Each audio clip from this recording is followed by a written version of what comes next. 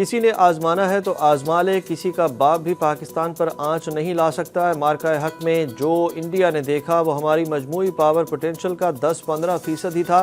D G I S P R lieutenant general Ahmed Sharif Chaudhry کی مارکہ حق کا 1 سال مکمل ہونے پر پاک فضائیہ اور بحریہ کے افسران کے ہمراہ پریس کانفرنس۔ انہوں نے کہا کہ انڈیا کی آرمی پروفیشنل تھی جو آج سیاست زدہ ہو گئی ہے۔ بھارت اگلے پچھلے دونوں سندور کی تیاری کرے، ہم اس وقت بھی تیار تھے، اب بھی تیار ہیں۔ بھارتی فوج اس آپریشن کا مردانہ نام رکھ لے، سندور خواتین لگاتی ہیں۔ انہوں نے کہا کہ ہم پاکستانی سیاست میں سٹیک ہولڈرز نہیں ہیں، بات چیت سیاسی جماعتوں کا استحقاق ہے۔ فوج ملک کی ایلیٹ کلاس میں سے نہیں، عوام میں سے ہے۔ سعودی عرب کے لیے تھریٹ ہمارے لیے بھی خطرہ ہے۔ مارکہ حق میں پاکستان نے دشمن پر فضائی برتری کیسے حاصل کی، ایئر وائس مارشل نے اہم تفصیلات بتا دیں۔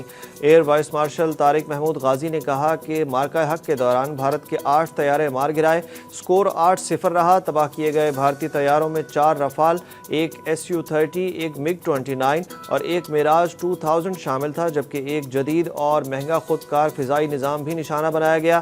مارکہ حق کے 1 سال مکمل ہونے پر پریس بریفنگ کے دوران deputy chief of naval staff نے کہا کہ مارکہ حق میں بھارتی بحریہ کی ہمت نہیں ہوئی کہ ہمارے پانیوں کا رخ کرے۔ بھارتی بحریہ ہر طرح سے لیس تھی مگر جارحیت کی ہمت نہیں کی۔ ہم امن کے خواہاں ہیں مگر امن ہماری کمزوری نہیں ہے۔ مارکہ حق میں امریکی صدر نے بھارت کو بڑے نقصان سے بچایا، اہم ٹارگٹس ہمارے نشانے پر تھے۔ وزیر داخلہ محسن نقوی کا انکشاف۔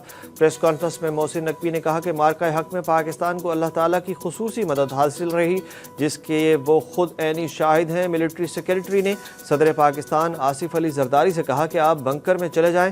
صدر پاکستان نے جواب دیا، میری شہادت یہاں لکھی ہے، یہاں ہی ہوگی۔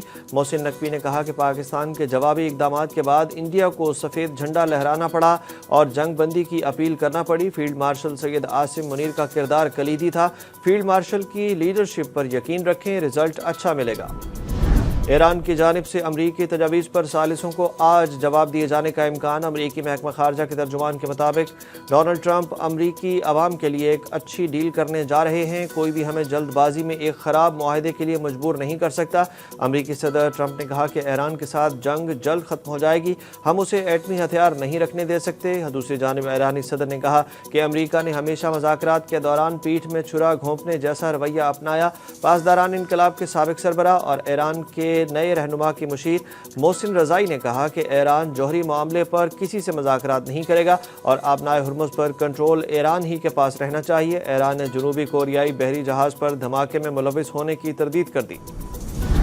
ایران اور امریکہ کے درمیان جلد معاہدے کی امید ہے۔ UAE سے پاکستانیوں کی واپسی قانونی اور انتظامی معاملہ ہے، سیاسی نہیں۔ ترجمان دفتر خارجہ پاکستان کی بریفنگ طاہر اندرابی نے بتایا کہ پاکستان بھارت کی جنگی تیاریوں سے مکمل طور پر آگاہ ہے اور ملک اپنے دفاع کی بھرپور صلاحیت رکھتا ہے۔ کمبوڈیا اور یوگینڈا میں زیر حراست افراد کو پاکستان منتقل کر دیا گیا۔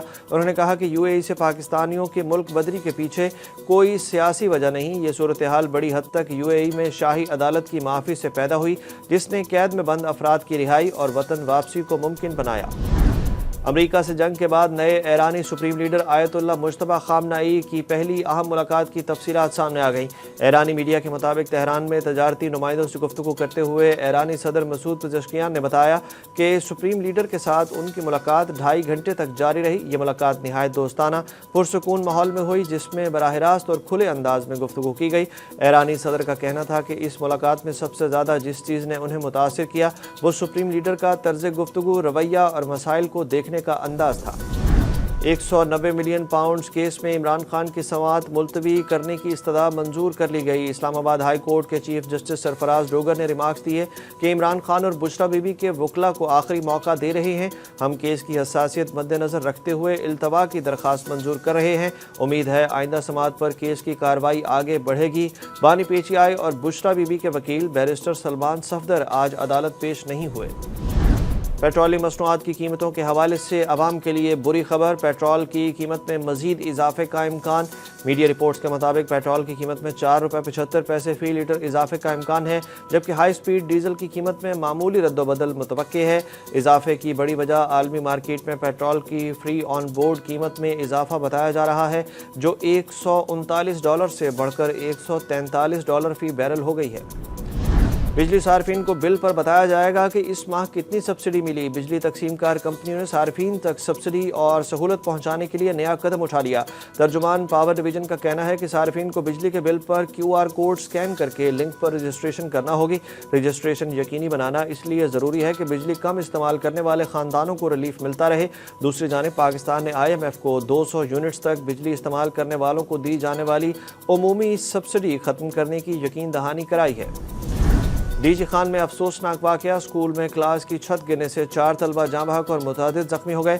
ریسکیو اہلکاروں کے مطابق کلاس کی چھت اوور لوڈ ہونے کے باعث گری۔ طلبہ اور طالبات اور ٹیچرز سمیت 20 افراد ہسپتال منتقل کیے گئے۔ ڈپٹی کمشنر محمد عثمان خالد کے مطابق کرمنل سائٹ دیکھ رہے ہیں، ذمہ داران کے خلاف کارروائی ہوگی۔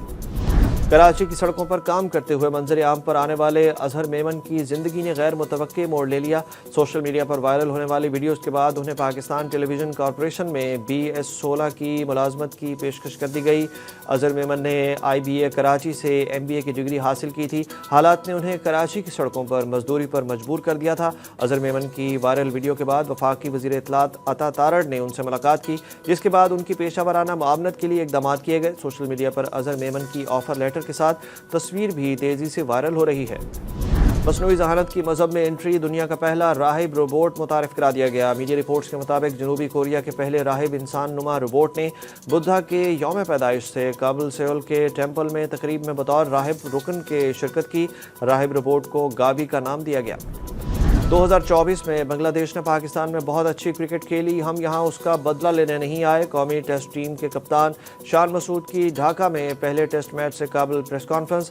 بابر اعظم سے متعلق سوال پر شان مسعود کا کہنا تھا کہ میرے خیال میں وہ پاکستان کا اب تک کا بہترین بلے باز ہے، اس نے بے شمار رنز بنائے ہیں اور امید ہے وہ حالیہ PSL کی کارکردگی کو ٹیسٹ میں بھی برقرار رکھیں گے۔